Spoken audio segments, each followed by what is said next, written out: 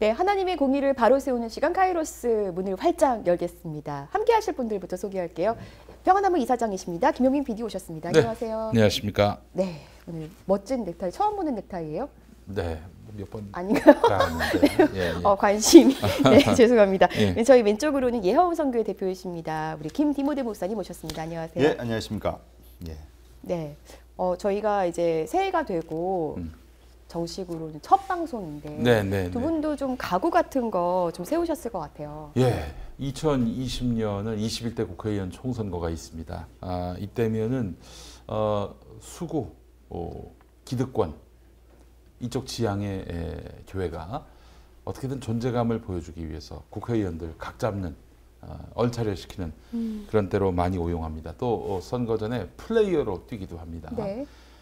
공명선거의 분위기가 그동안 많이 흐려졌습니다. 자, 이번 21대 국회의원 총선거 평화나무가 한국교회를 공명선거의 중심으로 그 위상을 굳히기 위해서 내부 감시 활동을 아주 활발히 할 계획입니다. 그래서 이 선거에 개입하는 교회가 없도록 또 공명선거 분위기가 조성돼서 민의가 정직하게 수렴되는 21대 총선이 되도록 평화나무가 애쓰겠습니다.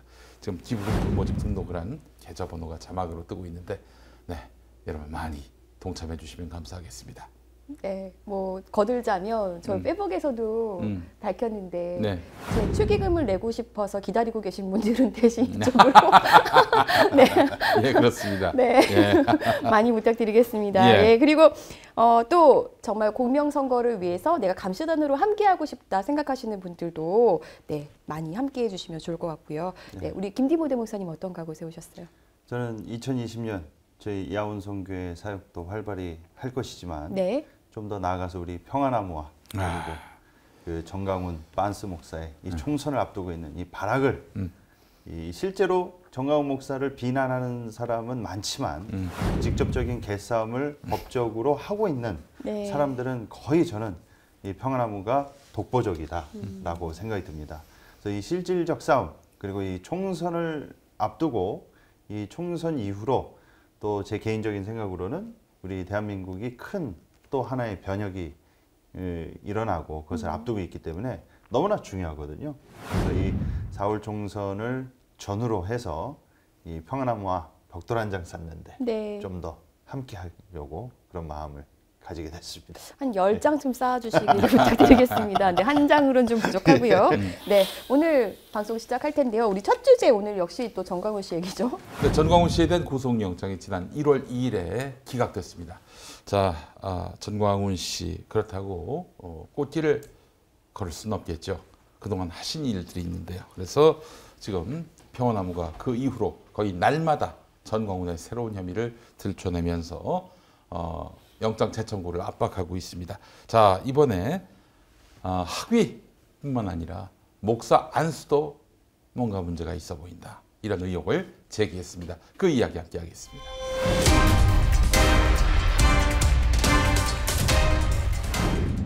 일단 정광훈 씨가 구속을 좀 피하긴 했는데 저는 정말 사실 기대를 많이 했는데 네. 생각을 못했습니다. 기각될 줄은. 이제 한 두 가지 정도의 곱씹을 부분이 있다라고 장용진 아주경제사회부장이 짚었는데 청와대 앞에 시위와 관련해서는 굉장히 관대해졌다는 거예요. 법원의 기류가. 그렇다 하더라도 이 전광훈 씨의 그동안의 이런 폭력 시위 선동, 정부 전복 선동 이거에 대해서 면밀히 치밀하게 그리고 세심하게 짚어가지고 이 사람 구속이 필요하다라고 검찰이 법원에다가 소명을 했더라면은 구속될 수도 있었을 텐데 검찰이 그런 성의를 전혀 보이지 않았다라는 해석을 내놓고 있어요. 그래서 검찰이 저 지경인데 과연 영장이 집행이 될 수 있었겠는가 이런 의문을 제기하더라고요. 네, 근데 합리적인 의심인 것 같고 사실 검찰뿐만 아니라 선거관리위원회 같은 경우도 굉장히 정광훈 씨에게는 관대하다 네. 이런 제보와 지적들이 평화나무로 예. 많이 들어오고 있습니다. 그렇습니다. 네. 자, 그렇지만 그게 끝이 아닙니다. 네. 전광훈 씨 아직 웃을 때가 아니다. 제가 페이스북에 올렸습니다. 전광훈 씨가 구속영장 심사받던 당일 평화나무는 전광훈 씨를 선거법 위반 혐의로 고발했습니다. 지난 1일 송구영신 예배 때 고영일 기독자유당 대표와 함께 나눈 대화에서 선거법 위반 혐의가 드러났습니다. 영상 함께 보시죠. 올해 진짜 기적의 주인공이 지금 하나 나타났습니다. 기독자유당의 고영일 변호사입니다. 반갑습니다. 고영일 변호사입니다. 아멘. 할렐루야. 아멘. 그러면 올해는 이제 4월 15일 선거가 있잖아요. 예. 그럼 반드시 기독자유당 여의도 입성합니까? 당연히 합니다. 야. 예. 저희들이 목표로 하는 거는 네. 단순히 입성을 목표로 하는 게 아니라 네. 원내 교섭단체 20석을 목표로 하고 있습니다. 이야. 아니 그러면 20석을 목표하려면 몇 표를 얻어야 되나요? 300만 표 얻으면 됩니다. 300만 표. 네. 기독교인이 967만 표잖아요. 예, 996만 7천 표기 때문에 네. 그 3분의 1만 투표해 주셔도 원내 교섭단체를 구성하는 20석이 나올 수 있습니다. 아니 예를 들어서 이제 지역에 나오는 후보는 예. 뭐 어느 당이든지 마음대로 찍고 예. 근데 정당 투표라는 게 있잖아요. 예.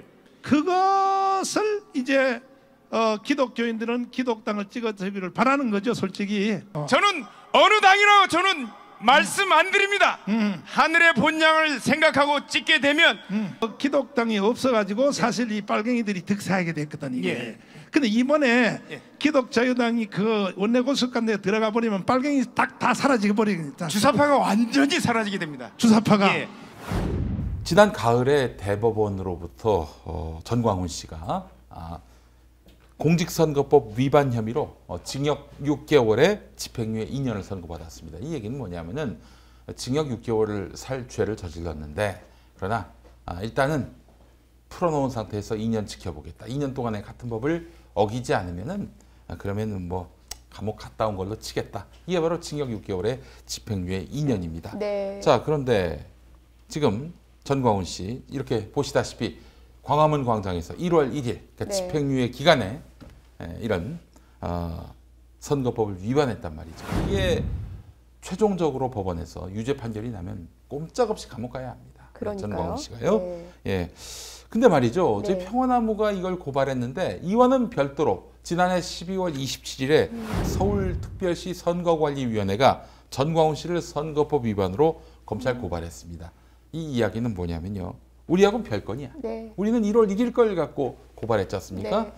서울시 선관위는 12월 27일에 고발을 했으니 1월 1일에 무슨 일이 벌어졌는지 네. 알 수 없었을 거 아니에요. 자, 그렇다면은 서울시 선관위의 고발은 별건입니다. 그러니까요. 다른 건이에요. 네. 자, 이미 그럼- 사실은 선거법 위반 어떤 혐의가 있는 발언들이 너무 많이 쌓여 있었고 네. 제가 취재를 하면서 항상 느끼는 거는 선거관리위원회가 굉장히 봐주기를 하고 있음에도 불구하고 네. 더 이상은 이제 미룰 수 없다 이렇게 판단했을 것 같아요. 예, 그렇습니다. 은혜를 네. 당연한 걸로 알아요. 음. 예. 권리로 알아요. 네, 네. 은혜를. 자, 이 전광훈 씨는 그래서 지금 검찰 고발을 당했는데 선관위가 수사 의뢰를 했단 말이에요. 네. 검찰에 고발했단 말이에요. 이게 어떤 일이냐? 선관위가 취할 수 있는 가장 높은 수위의 처분이 바로 검찰 고발입니다. 맞습니다. 가장 높은 수위의 처분을 지금 전광훈 씨가 당한 네. 꼴이 됐습니다. 자, 그렇다면은 우리 평화나무의 고발건 그리고 서울시 선관위의 고발건 이런 것들을 토대로 해서 유죄 판결이 날 확률이 확 높아지는 거 네. 아니겠습니까? 이렇게 되면은 전광훈 씨는 감옥 갑니다. 안 갈 수가 없어요. 집행유예 기간에 동일 범죄를 저질렀기 때문에 그렇기 때문에 이 부분과 관련해서는 법에 엄중한 처단이 있을 것으로 판단이 되고요. 자, 이런 가운데 학력 위조도 의심되고 있습니다. 네. 그래서 평화나무가 사문서 위조 그리고 위조된 사문서를 행사한 죄목 그리고 이로 인해서 발생한 업무 방해 혐의로 서울 종로경찰서에 또 고발했습니다. 네, 이 학력 위조 관련해서는 저희가 좀 더 꼼꼼히 좀 살펴볼 텐데요. 우선 목사님 최근에 이런 사안들 보시면서 좀 어떤 생각하셨어요? 일단은 네. 그 정광훈 목사에 대해서 너무 솜방망이 쳐버리고 그리고 또 너무 봐주는 그 분위기가 강하다라고 볼 수밖에 없습니다. 이렇게 고발이 되고는 있지만 예, 맞습니다. 한 가지 예로 그 네. 폭력 집회 혐의로 이제 기소됐는데 네. 그 기각을 했죠. 네. 그 기각한 사람이 그 사법부의 송경호 판사님이셨어요. 네. 그분이 정경심 교수를 구속한 그 연장 신청을 받아준 네. 판사였죠. 이걸 보면서 이게 과연 그 빤스는 풀어주고 빤스는 구속 안 시키고 정경심 교수는 구속시킨다?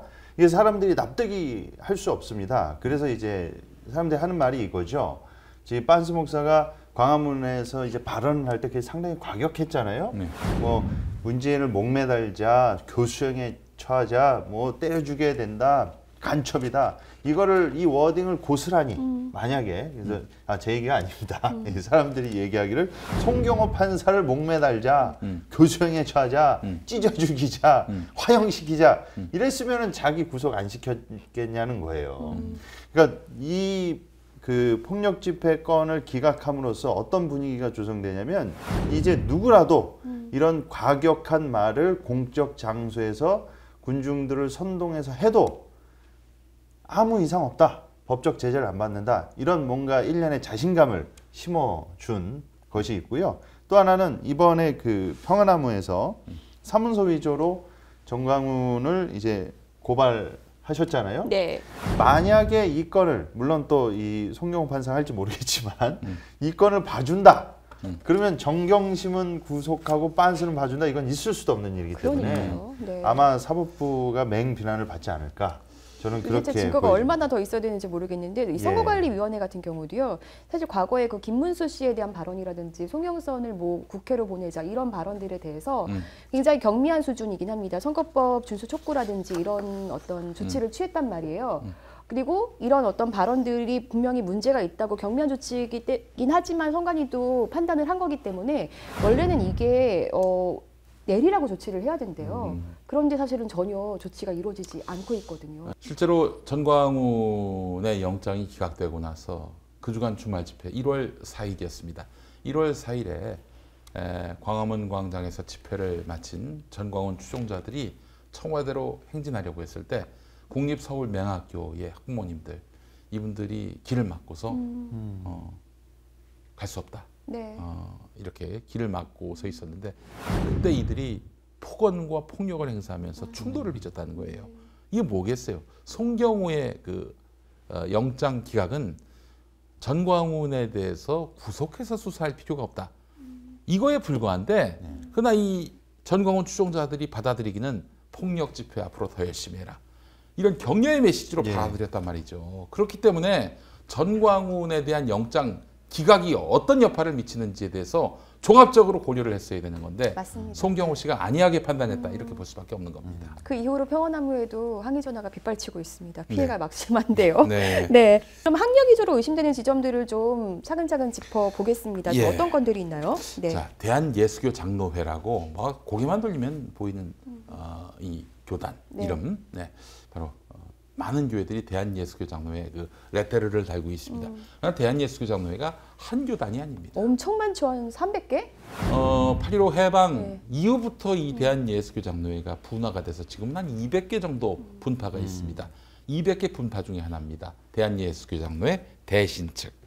대신측 총회장이었어요. 전광훈 씨가. 2014년에 2014년에 이제 대한예수교 장로회 대신측 총회장 선거에 전광훈 씨가 출마를 했는데 출마할 때 뭐 서류를 제출하지 않겠습니까? 네. 전광훈 씨가 대한예수교 장로회 대신 총회에 제출한 대학원 성적표 보겠습니다. 네. 자, 근데 전광훈 씨는 학위 과정이 아니라 목회 2년 연구 과정을 마쳤다 이렇게 말하고 있는데요. 자, 이 학교가 그러니까 대한예수교 장로회 대신측 신학교가요. 네. 어떤 학교냐면 안양대학교입니다. 그렇죠. 지금의 안양대학교. 네, 그렇습니다. 네. 대한예수교 장로회 통합 측은 장로회 신학대학교 등 네. 그리고 합동 측은 총신대학교 네. 그리고 뭐 백석대신이라는 교단이 있어요. 그거는 백석대학교 네. 이렇게 되지 않겠습니까? 또 기장 같은 경우 한국기독교장로회 같은 경우 한신대학교가 네. 되고요. 자, 대신 같은 경우 안양대학교인데 안양대학교의 전신이 대신대학입니다. 지금 또 대신대학이 대구에 있습니다. 전혀 딴 학교예요. 예.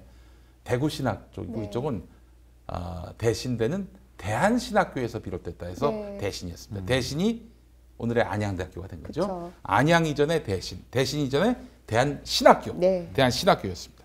자, 대한신학교를 나왔어요. 네. 전광훈 씨가 대한신학교가 1990년에 대신대학교가 됐고 나중에 또 안양대학교가 됐는데 지금은 이제 대학 4년, 대학원 3년, 신학대학원 3년. 네. 그러니까 이제 감리교 같은 경우는 수련 목회도 해야 되잖아요. 그렇죠. 네. 아니 뭐 기장도 마찬가지예요. 그러니까 4년제 대학 나오고 그리고 신학대학원 3년 내지 2년 하고 그리고 2년 정도의 목회 수련 과정을 통해서 목사 안수가 네. 이제 이루어집니다. 그 기장도 그렇고요. 네. 대개 장로교단이 다 그렇습니다. 그러니까요. 아직 그래서 목사가 못 되셨어요. 네, 저는 지금 4년 나왔고 네. 신학대학원 2년 네. 나왔고 그리고 지금 수련차 1년 차입니다. 한 1년 더 남았습니다만은 자 대한신학교가 그렇게 해서 대한신학교 출신인 전광훈 씨 지금과는 달리 당시에는 뭐 2년제 연구원도 강도사고시를 보거나 목사 안수 받는 데는 전혀 문제가 없었고요. 실제 70년대에는요. 네. 한신대학교 4년 다니고 전도사하고 목사 안수 받는 그런 경우도 있었어요.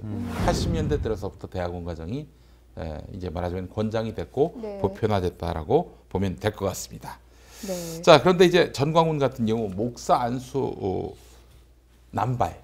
그러니까 좀 과정이 너무 허술하고 뭐 그냥 아무한테나 막 목사 자격을 남발한 것 아닌가 이런 의구심이 들긴 하지만 그 절차적으로는 문제가 없었어요.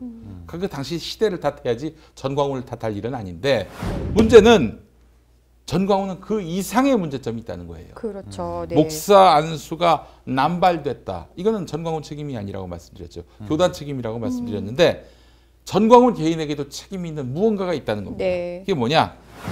전광훈의 신학대학원 성적표를 보면은 1999년 8월 30일에 입학해서 2000년 2월 15일에 졸업한 걸로 되어 있습니다. 아니 2년 과정이라면서요. 2년은 2년이네요. 1999년하고 2000년에 다녔습니다. 그러나 엄밀히 얘기하면 네. 지금 6개월 코스만 다닌 거예요. 예. 네, 그렇죠. 자, 그런데 말이죠. 전광훈 씨 성적표 보면 이상합니다. 네.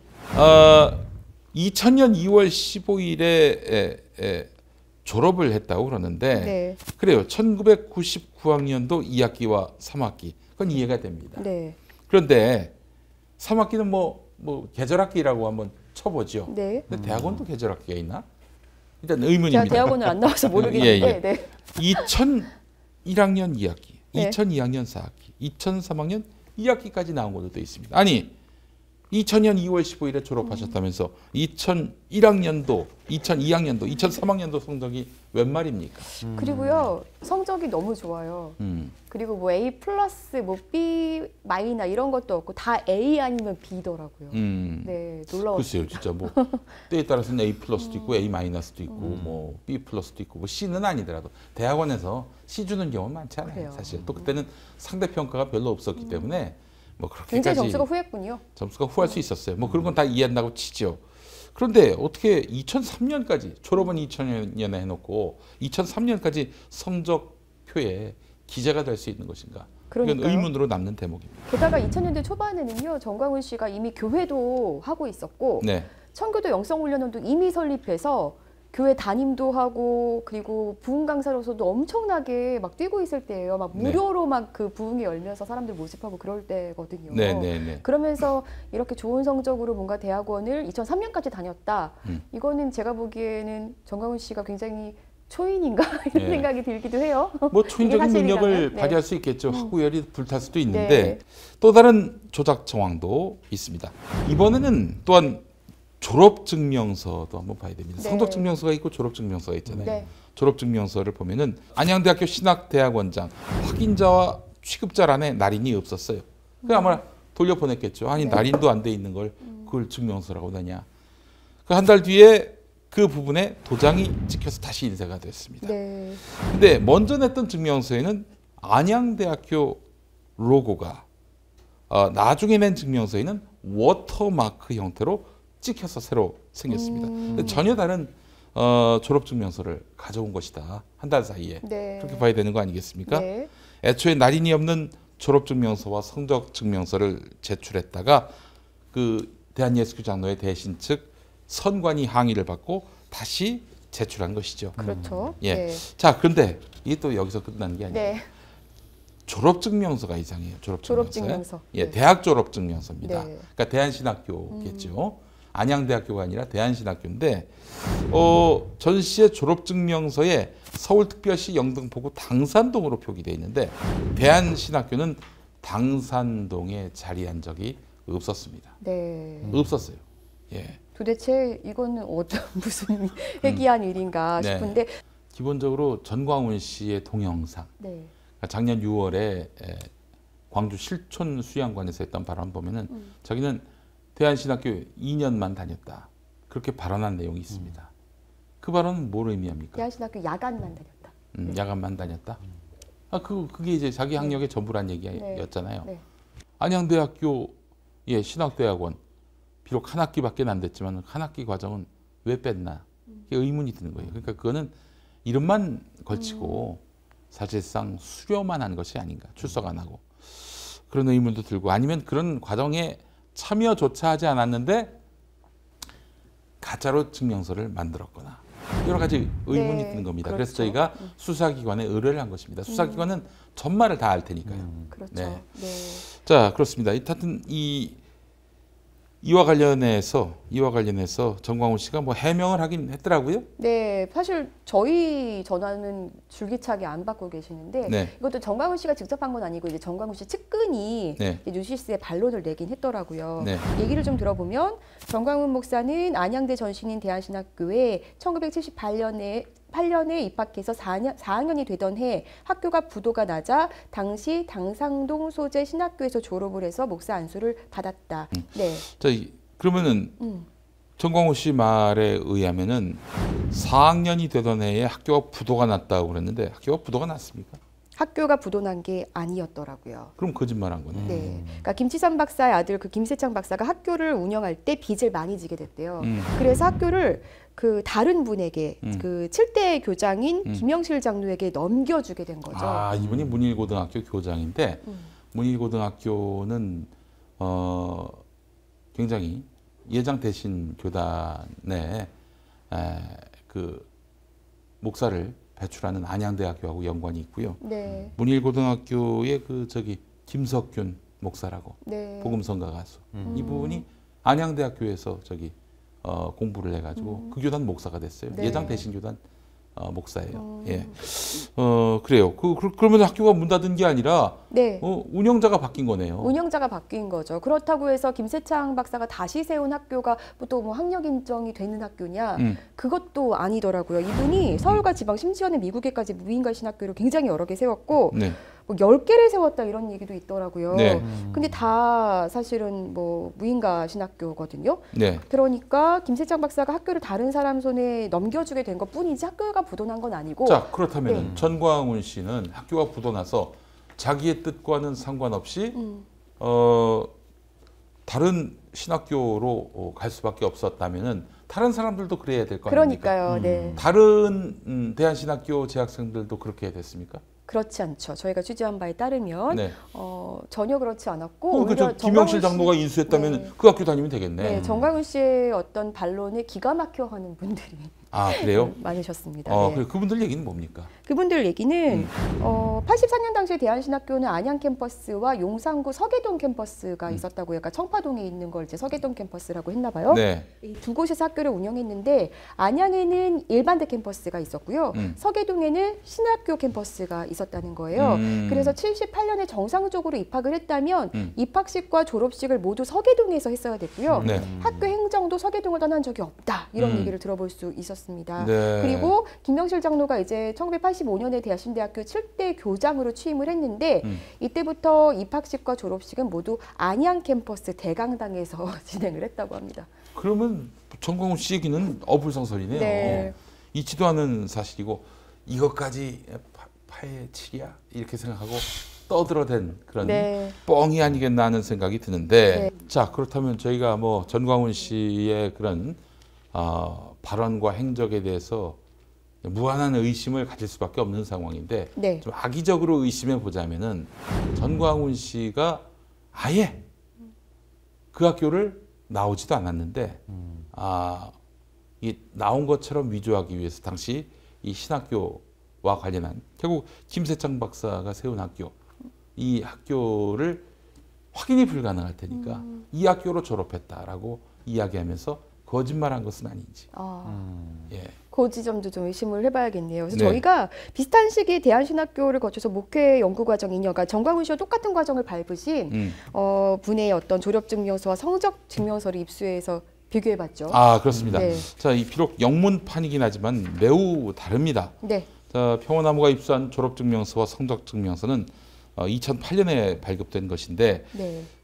전광훈 씨의 대학원 목회연구과정 졸업증명서와 성적증명서의 발급 시점은 2014년이기 때문에 2008년 것과 차이가 난다 하더라도 대한신학교의 졸업증명서는 전광훈 씨가 발급받은 2006년과 비슷한 시기이기 때문에 눈여겨볼 지점이 있습니다. 그러니까 2006년이고 정광훈 씨가 발급받은 건, 네. 그리고 저희가 제보받은 분의 어떤 발급받은 연도는 2008년, 네, 그렇습니다. 2년 차이인 거네요. 예, 그렇습니다. 우선 그 전광훈 씨의 대한신학교 졸업증명서에는 성별이 기재되어 있지만은 평화나무가 입수한 정상적인 졸업장에는 성별이 기재되어 있지 않았습니다. 네. 전광훈 씨 졸업장은 생명, 생년월일, 성별, 입학일, 전공, 졸업일, 학위 순으로 기재됐는데 네. 정상적인 졸업장에는 성명, 생년월일, 입학일, 졸업일, 학위, 전공 과목 순으로 기재가 됐습니다. 소재지 역시 전광훈 씨가 제출한 당산동이 아닌 안양으로 되어 있습니다. 정상적인 네. 졸업장에는 네. 안양, 전광훈 제출한 거엔 당산동. 그러니까요. 예. 자, 안양대학교는요, 당산동 소재지의 졸업증명서를 발급한 적이 없다 이렇게 답한 바 있습니다. 네. 전광훈 씨 주장대로 학교가 부도가 나서 다른 곳에서 졸업장을 받아야 했다면 절대로 발급될 수 없는 졸업증명서를 안양대학교로부터 받은 거예요. 그렇죠. 오히려 이분이 그런 거죠. 예. 네. 그러니까 누구 말이 맞는지 저희가 좀 더 살펴봤는데 네. 이 정광훈 씨의 목사 안수증도 의심이 됩니다. 네. 전광훈 씨가 2004년 발급받은 목사 안수증입니다. 그러나 평화나무가 입수한 대신교단 다른 목사의 목사 안수 증명서 양식은 전 씨의 것과 판이하게 달랐습니다.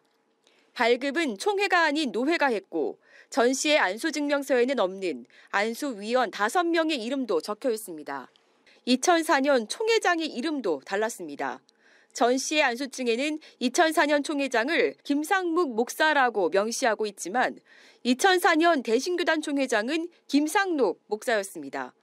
교회의 홈페이지에 명시된 목사 안수 일자도 증명서에 기록된 것과는 달랐습니다. 교회 홈페이지에는 전광훈 씨가 목사 안수를 받은 시점을 1986년 10월 14일이 아닌 1987년 6월 7일로 소개하고 있습니다. 그렇습니다. 전광훈 씨는 2004년 총회로부터 목사 안수증을 발급받았고 안수증에는 총회장 김상묵 목사 이름이 적혀 있습니다. 김상묵 목사가 대신 총회에서 구대 총회장을 지낸 다음 대신교단에서는 총회장을 지낸 적이 없습니다. 네, 도대체 어떻게 된 일인가 싶어서 김상묵 목사가 현재 미국에 거주하시더라고요. 네. 그분의 연락처를 수소문해서 연락을 했습니다. 네. 네, 했더니 본인은 정광훈 씨를 본 적도 없다. 그리고 목사 안수증 얘기는 모르는 일이다라고 했고요. 다만 이제 아까 말씀드린 김세창 목사가 계속 무인가 신학교를 했었다고 하잖아요. 네네. 이때 이제 무인가 신학교를 하면서 계속 이 김상문 목사에게 이름을 빌려달라고 했다는 거예요. 네, 그래서 이 김상문 목사가 따로 설립한 어떤 뭐 신학교 교단 그쪽에서 네. 뭐 나중에 또 총회장을 하긴 했었다고 하더라고요. 네네. 하지만 그때 별로 관여한 건 없다. 네, 이렇게 얘기를 했습니다. 한번 네. 직접 들어보시죠. 그 총회장 명의로 목사님 이름으로 목사 안수증이 발급된 게 있더라고요.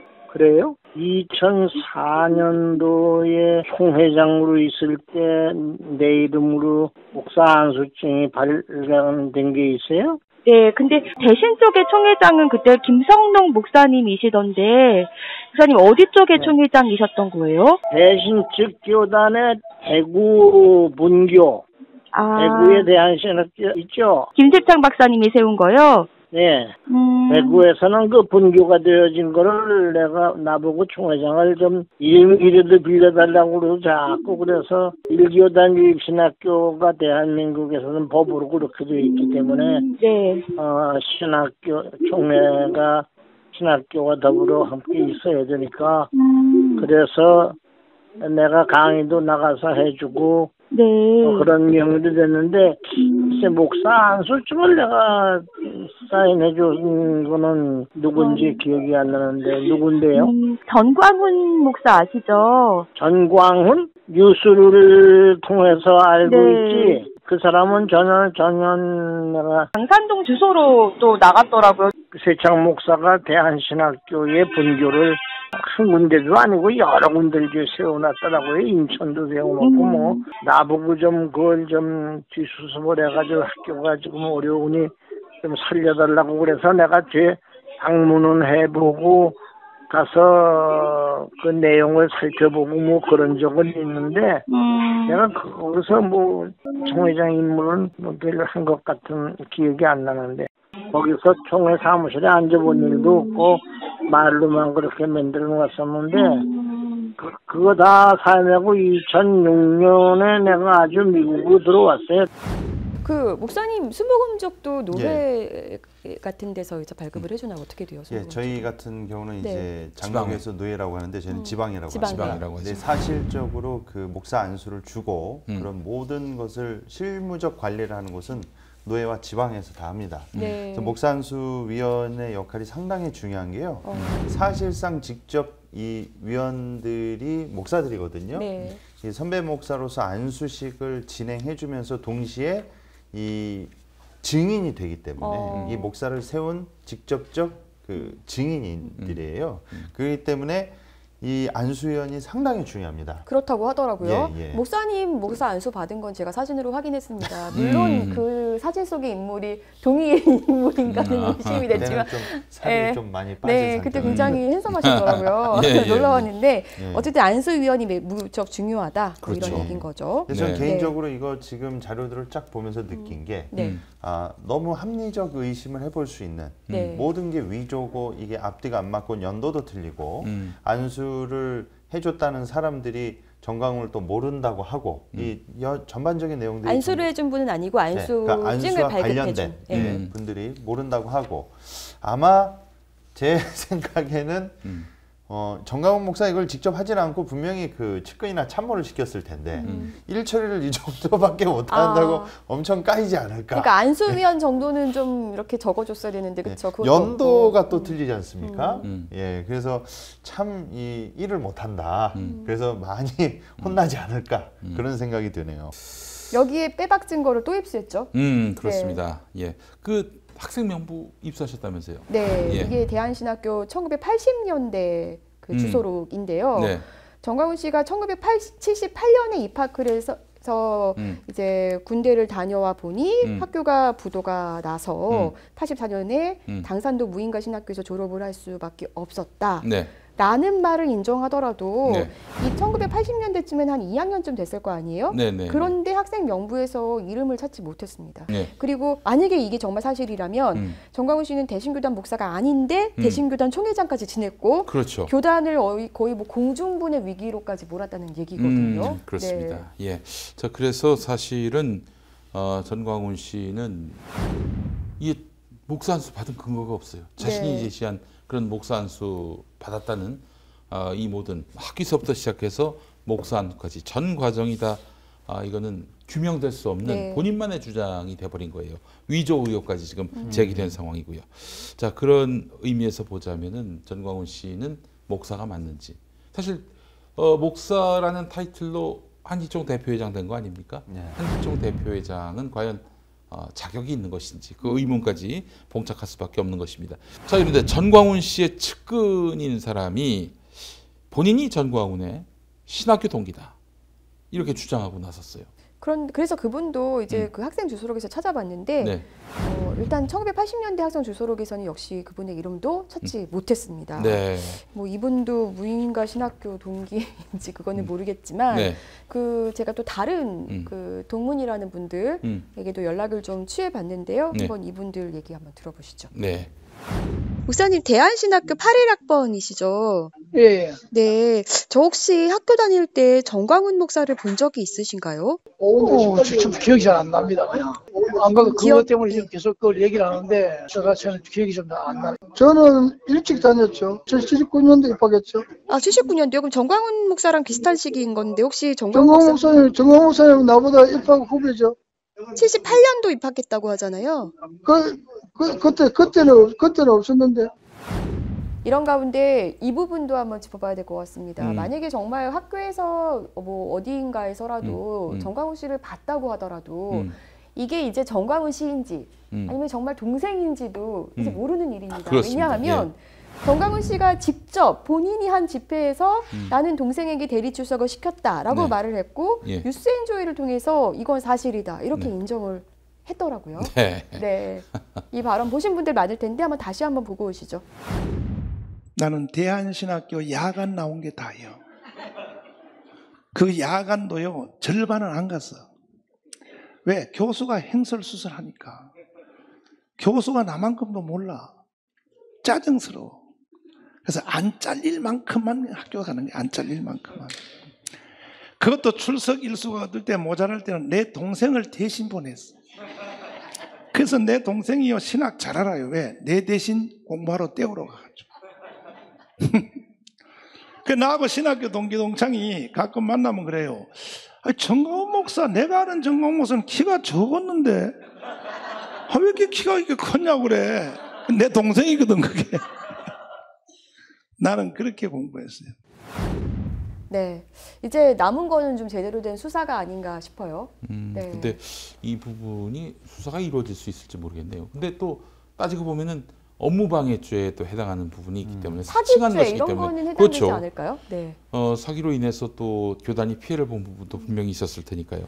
자, 그래서 이것도 역시 저희가 고발을 해야 할 것 같습니다. 아무래도 예.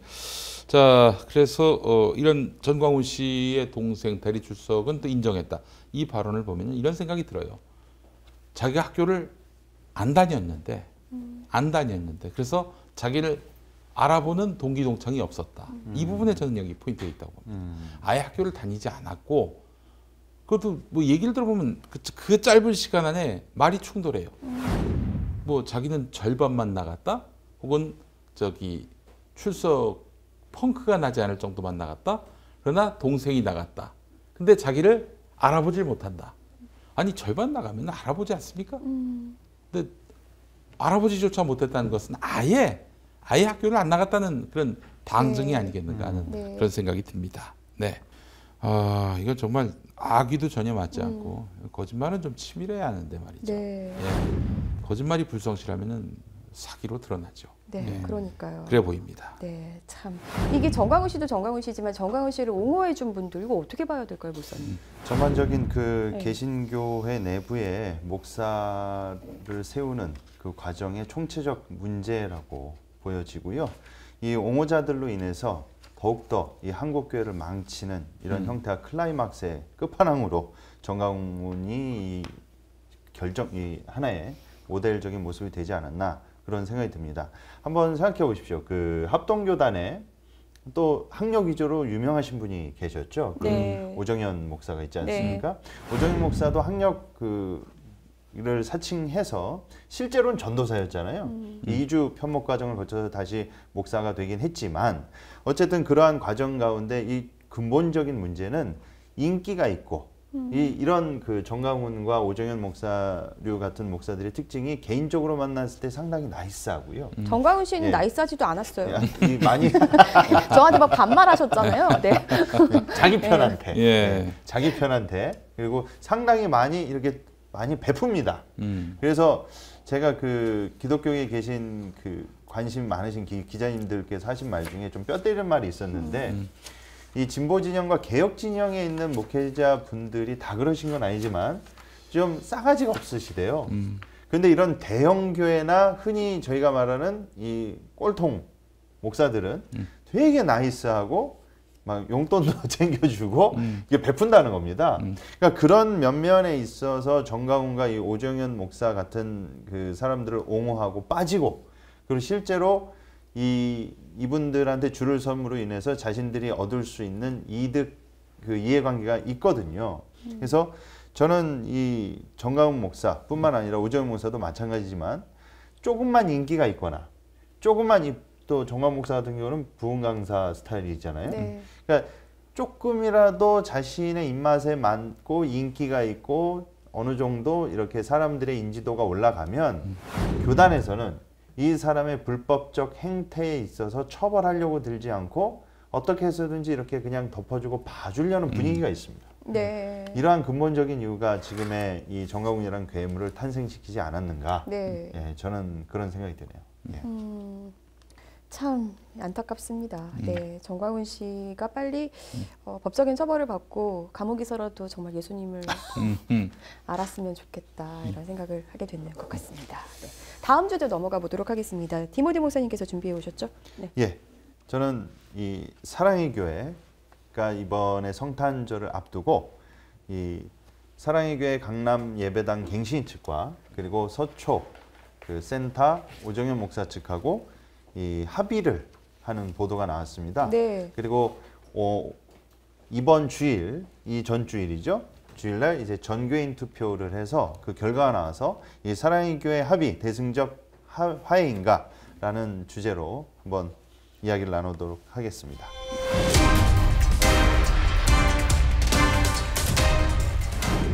사실 성탄절 앞두고도 이런 보도가 나오니까 정말 성탄절 깜짝 선물 아니냐 이런 네. 분들도 많이 있었고 또 반면 굉장히 또 이렇게 뭔가 타협 아니냐 네. 이런 분들도 계셨는데 이번 합의 내용 어떤 내용인가요? 네, 일단 그 개괄적으로 합의 진행 사항에 대해서 말씀을 드리면요. 네.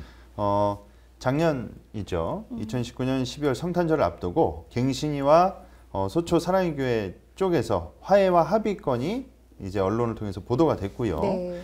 2020년 1월 5일 이 전주죠. 네. 주일 오전 예배 이후에 제가 여기서 말씀드리는 오전 예배 이후라는 것은 그 갱신이 쪽, 예, 강남 예배당 쪽 분들이 네. 이 합의안을요.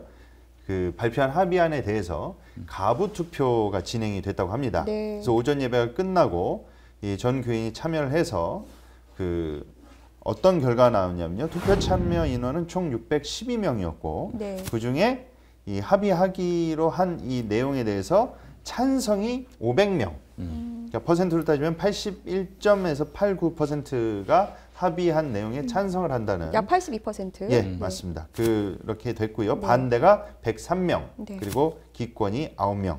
이렇게 돼서 합의안을 이 교인 전체적인 분위기가 이제 통과되는 결과가 나왔다고 합니다. 압도적인 표차로 다 찬성을 하신 거예요. 예, 화해하자. 그렇습니다. 네. 예. 그래서 이후로는 이제 다가오는 이번 주 토요일이죠. 1월 11일 서초동 사랑의교회에서는 재직회를 갖고요. 바로 그 다음 날 이번 주일 1월 12일 공동의회에서 이제 사랑의교회 서초동에서 이게 또 통과가 되면 마지막으로 그 다음 주 1월 15일 수요일에 양쪽이 최종 합의안에 이제 합의를 해서 사인을 하고 네. 이것이 마무리된다고 합니다.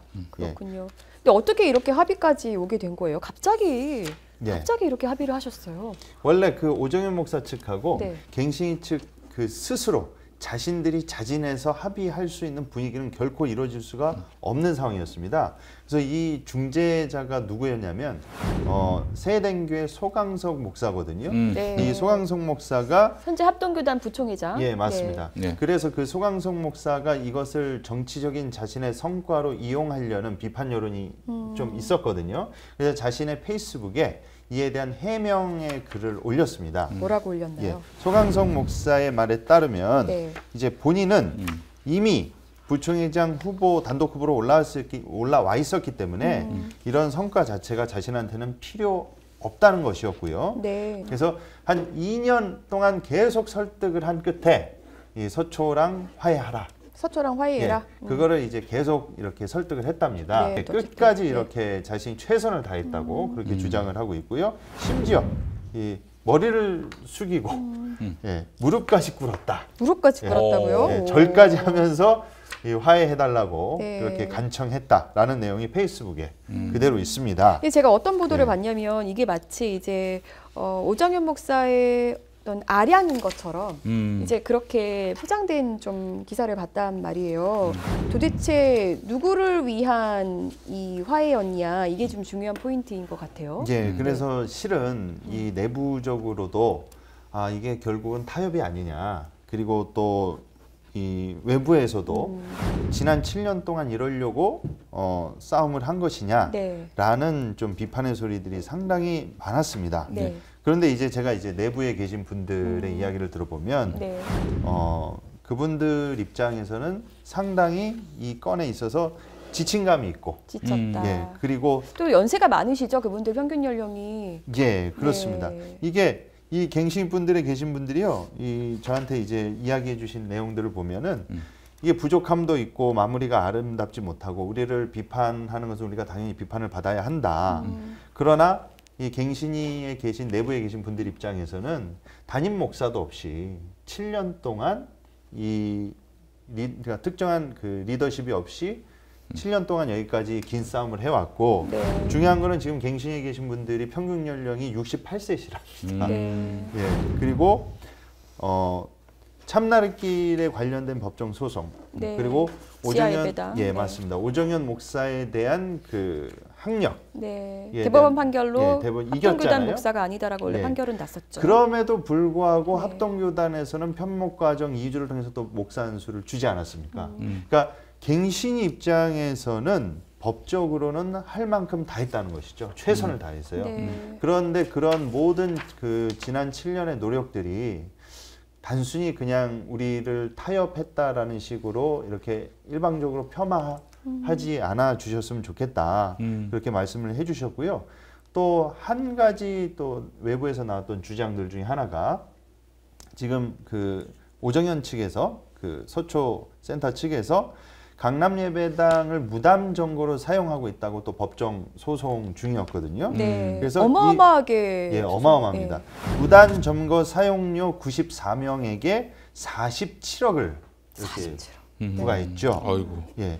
근데 이 오정현 목사가 그러니까 이거는 이제 내부의 얘기가 아니라 네. 이제 외부에서 들려오는 이야기 중에 하나가 오정현 목사가 이 2주 편목을 거치기 전까지는 정식 목사가 아니었잖아요. 그러니까 이 정식 목사가 아니기 때문에 예배당 무단 점거 사용료를 서초 사랑의 교회 담임 목사로서 이 소송하는 것 자체도 성립이 안 되고 여러 가지 면에 있어서 갱신위에 대해서 목사로서 목사의 직위로서 자신이 이 행사권을 내세우는 것 자체가 성립이 안 됐습니다. 네. 근데 합동교단에서 2주 편목으로 목사 안수를 줘버렸잖아요. 그러니까 또 이게 분위기가 달라진 것이죠. 그래서 한간에는 그 이 94명 47억 이 소송 자체가 갱신위 측에서 초반엔 유리했는데 그 목사 안수를 받고 난 이후에 이제 목사의 직위에 권한이 생겼으니까요. 네. 갱신위가 좀 불리하게 됐다라는 그런 분위기가 있었습니다. 그래서 이 재판을 간다 하더라도 이 갱신위에 그 소송 나가신 94명이 47억을 배상해야 되는 이런 위기에 놓였다. 그러니까 사실 이분들에게 모든 걸 감수하면서 계속 싸워라 이렇게 하기만도 힘든 부분인 그렇죠. 거네요. 입장 바꿔 생각해 보면은 이 47억이라는 거를 부담해야 되는 그 정신적 압박감은 그 어떻게 표현할 수가 없을 정도죠. 그러니까요. 그러면은 예. 뭐 이게 치유와 회복을 위한 화해라고 보기는 어렵다고 판단되네요. 예. 근데 이제 내부에서는요, 그러니까 이렇게 일단 또 이 얘기만 들어보면은 어떻게 보면 돈 때문에 비굴하게 그런 거 아니 아니냐. 너무 이분들을 네. 궁지를 몰아버린 거죠. 그렇게 할 수밖에 없도록. 그렇죠. 예. 네. 근데 또 이제 내부에 계신 분들은 우리가 돈 때문에 단순히 그렇게 비굴하게 한 것은 아니다. 왜냐면 또 그분들을 그렇게 볼 수는 없는 것 같아요. 예, 왜냐면 이분들이 7년 동안 법적으로 이렇게 싸워온 결과들이 어쨌든 오정현 목사의 거짓과 그리고 오정현 목사의 법적인 문제에 있어서 모든 대부분의 이 법적 판결에 있어서 갱신위 측이 승소했거든요. 근데 승소를 했음에도 불구하고 서초동 사랑의 교회 측 오정현 목사는 회개하거나 돌이키질 않고 네. 오히려 합동교단에서는 오정현 목사한테 목사 안수를 줘버리고 이러한 일련의 과정들을 보면서 아 우리가 법적으로 할 것은 다 했고 네. 그리고 더 이상 어떤 이런 지리멸렬한 싸움이 이루어지게 된다면은 뭔가 이렇게 더 이 진흙탕이 되고 피해가 막심하지 않겠느냐 이제 그런 여론도 있었다고 합니다. 그렇죠. 그렇다면 제가 볼 때는 이 소강성 목사가 본인이 중재한 걸 가지고 이제 자화자찬하고 있는데 네. 이 소강성 목사의 중재에 대해서 목사님 좀 개인적으로 좀 어떻게 생각하세요? 아쉬운 부분이 많이 있는 것 같아요. 이게 정말로 그 약자 입장에서 중재를 했다면 이런 어떤 중재를 이끌기보다는 오정현 목사가 좀 제 위치로 돌아가고 네. 서초동 예배당도 좀 제대로 된 목사를 좀 세우고 네 그리고 이분들한테 어떤 소송도 좀 취하할 수 있는 길을 열고 좀 이렇게 해야 좀 제대로 된 중재가 아닐까 이런 생각이 좀 들긴 하는데. 예, 그렇습니다. 소강성 목사는 원래 좀 이렇게 나르시즘이 강하신 분이시잖아요. 예, 그래서 이 오정현 목사도 이 페이스북에 보니까 뭐 통 큰 사람이라고 네. 자기가 사과하겠다 뭐 이렇게 이야기를 하고요. 그리고 그 갱신이 쪽에서 김도종 장로와 권영중 장로가 요구한 것은 네. 오정현 목사의 공개적인 사과였다고 합니다. 네. 근데 물론 이 내부에서 들려온 이야기 중에 많은 분들이 이 갱신위에 있어서 기대감도 있었고 이런 그 인력과 이런 규모와 이런 갱신에 대한 싸움을 이렇게 긴 시간 동안 이렇게 어떻게 보면 한국의 예장합동을 대표하는 사랑의 교회라는 그 이름이 있지 않습니까? 네. 그런 교단에서 이런 일이 벌어져서 여기까지 왔는데 그 기대감이 큰 만큼 이 실망도 크고 분노하는 것도 이 갱신위 측 분들은 당연한 것으로 받아들이고 있으나 한 가지 좀 말씀을 그분들께서 이제 해주시는 거는 외부에서 실망하고 분노하는 것 이상으로 내부에 계신 분들도 그만큼 실망하고 분노하고 있다. 그러나 이 긴 싸움 가운데 굴복이나 이 돈 때문에 쉽게 이렇게 머리를 숙인 걸로 봐주지 않으셨으면 좋겠다. 이분들에게 뭐 돌을 던질 수는 없는 것 같아요. 그렇죠. 근데 굉장히 안타까운 지점이 있고 예, 전 한 가지 궁금한 게 그러면은 예배는 앞으로 어떻게 드리나? 그러니까 서초동에서 강남 예배당을 그래도 뭐 교회를 분립해 준다라든지 뭐 예. 이렇게는 좀 된 건가? 이런 것도 좀 궁금하고 예. 이분들이 뭐 서초동에 계신 분들, 강남에 계신 분들 사실은 다 이렇게 그분들 사이에서는 친분이 두터웠던 분도 계실 수 있거든요. 이런 분들 사이가 좀 잘 이루어지는 건지 이런 것도 좀 궁금합니다.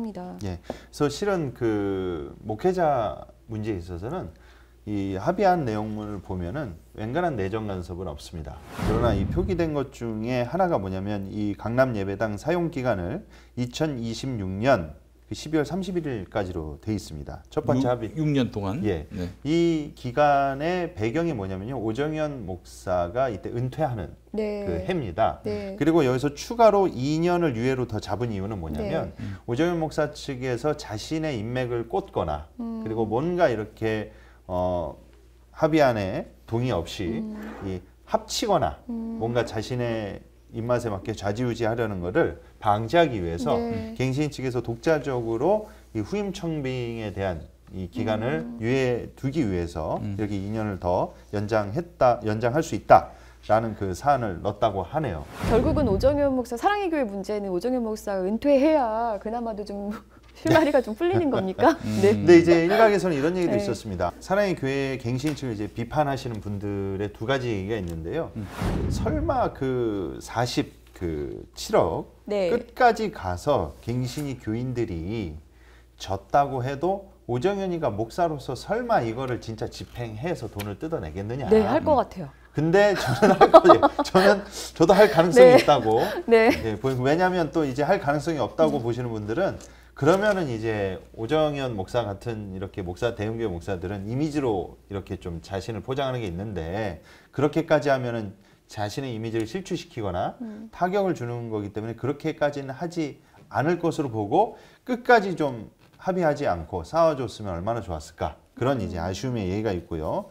또 하나는 이 예배당 이 합의한 기한이 이제 2026년으로 돼 있다 보니까 네. 오정현 목사 은퇴까지 돼 있다 보니까 이거 예배당 사용을 어떻게 확보하기 위한 네. 그것을 목적이 가장 큰 게 아닌가. 네. 근데 그거는 또 목적이 아니라고 이렇게 내부적인 이야기가 있습니다. 왜냐하면 아까도 말씀드렸지만은 평균 연령이 68세십니다. 그러니까 게다가 또 이 기존의 이 강남 사랑의 교회 예배당 그 인근에 사시는 네. 분들이 꽤 있으시고요. 네. 그러니까 이 인력을 끌고 나와서 이 서울이나 서울 인근에 새로 예배당을 구하고 이 조직을 이렇게 구비하는 게 또 만만치가 않다고 그렇더라고요. 내부적으로는요. 그래서 단순히 예배당 확보와 그리고 소송에 의한 것에 있어서 재판에서 질까봐 이러한 모습을 취한 게 아니니 이 부분만 좀 부각을 해서 우리한테 너무 돌을 던지지 말아 달라. 그리고 우리도 내부적으로는 네. 이 합의안 자체가 깔끔하거나 네. 완벽하다고 생각하지는 않는다. 그러나 이 너무나도 긴 이 지리멸렬한 싸움 가운데 계속 진흙탕으로 가기보다는 이제 뭔가 합의를 통해서 새로운 길을 모색하고자 한다. 내부에서도 외부에서 분노하는 것 이상으로 내부에서도 분노와 실망과 그리고 많은 그 어려움과 고심의 과정을 거쳤다. 그렇게 이야기를 해주셨습니다. 굉장히 저는 뭐가 생각나냐면 우리 통합 측의 또 김삼환 목사님께서 또 많이 부러워하시겠다. 네. 그 생각이 딱 드는 거예요. 요런 또 굉장히 소송을 세게 이제 했다가 뭔가 또 화해하는 제스처 쪽으로 뭔가 따라하는 또 구상을 할 수도 있지 않을까. 저는 좀 이것도 우려가 되거든요. 저는 이 합의가 불행한 결말을 맞을 것이다라고 예측합니다. 결국에는 오정현의 기득권을 기본적으로 인정하는 가운데 맺어진 계약이고 한쪽의 한계가 바닥을 드러냈고 한쪽은 불타는 권력 의지를 다시 한번 확인했고 틀림없이 이 합의를 무력화하면서 강남예배당을 말하자면은 포위하고 그렇게 해서 말하자면은 해체시킬 그런 작전이 돌입되지 않겠는가? 저는 이렇게 판단을 합니다. 대체로 그래요. 예. 상대방의 존재를 인정하고 또 그렇게 해서 서로 갈등을 종식시킨다. 화해의 방점을 둔 합의인 것 같지만은 결국에는 한쪽이 백기를 들었다고밖에 볼 수가 없는 것이고요. 불행한 결과를 결국 초래하게 될 것이고 이 교인들은 더 깊은 상처와 또한 고통을 당하게 될 것이다. 저는 이렇게 예측합니다. 항상 그런 결말은 틀리지 않았습니다. 그래서 이 결말이 나고 나서 저는 개인적으로 좀 제가 좀 죄송했던 게 어쨌든 이분들에게 돌을 던질 수는 없는 것 같아요. 7년 동안 너무나도 고생하셨고 잘 싸우셨고 근데 이제 그동안에 이제 강남 예배당에 한번 가서 좀 예배도 함께 드리고 그랬으면 좋았을 텐데 제가 좀 죄송한 마음도 들긴 했습니다. 네. 그 갱신 쪽에서 그 오정현 목사한테 공개적인 사과를 요구하지 않았나요? 근데 이제 제 개인적인 그 생각은 그렇습니다. 진정한 사과는 그 행동이 수반돼야 됩니다. 네. 오정현 목사가 정말로 사과를 한다면 말로만 하면 안 됩니다. 그 저희가 이 목회자로서의 기본적인 얘기지만 용서는요 말로만 용서하는 게 아니라 그 타인이 받은 상처와 그리고 아픔과 고통이 아물 때까지 끝까지 책임지는 자세가 필요한 것이고요. 그 끝까지 책임지는 자세와 그 행동이 오정현 목사한테는 무엇이느냐? 자신의 학력, 문제와 논문, 표절 이것을 인정했다면 말로만 사과할 것이 아니라 지금 당장 목사직에서 사임해야 됩니다. 그 행동이 수반되지 않았으면 저는 진정한 사과라고는 보기 어렵다. 그거예요. 그렇죠. 그런데 무슨 통 큰 뭐 이런 수식어가 따라오는 게 기본적으로 오정현의 권위를 인정하는 가운데서 맺어진 건데 뭐가 통이 커요. 구멍이 났지 그 통에. 그렇게 봐야 됩니다. 소강석 목사의 말을 빌리자면 그렇습니다. 네. 그러면 이제 사랑의 교회 문제는 더 이상 우리가 뭐 할 수 있는 게 없는 건가요? 이 모든 이제 앞으로의 선택과 갈림길에서는 이제 사랑의 교회 갱신이 내부에 계신 리더십 분들이 앞으로 이제 한 걸음 한 걸음씩 이끌어 나가야 될 상황에 놓이시게 된 것이죠. 불가능하다고 보고요. 결국 그 사랑의 교회 그 갱신위가 아닌 다른 트랙에서 사랑의 교회 개혁 운동은 계속 이어가야죠. 특히 그 지금 대법원에 의해서 판결난 이 흙으로 메우는 그 작업부터 시작해서 오정현 씨의 이런 불의하고도 무도했던 행동들에 대해서는 끊임없이 규탄해 나가야 합니다. 사랑의 교회 갱신위원회가 그렇게 오정현 씨하고 타협받다고 그대로 사랑의 교회 문제가 사라집니까?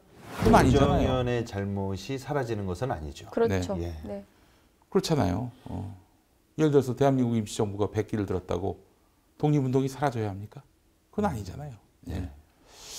그렇게 생각을 합니다. 그러니까 사랑의 교회 문제는 갱신위와 그 서초센터 문제로 국한할 게 아니라 계속해서 한국교회 전체의 문제였기 때문에 또 외부에서 또 다른 어떤 개혁의 기치를 든 많은 분들이 관심을 갖고 끝까지 좀 예. 문제 제기를 해야 하지 않을까 이런 생각을 해보게 됩니다. 네, 오늘 얘기는 저희 여기서 마치겠습니다. 함께해 주신 여러분 감사합니다.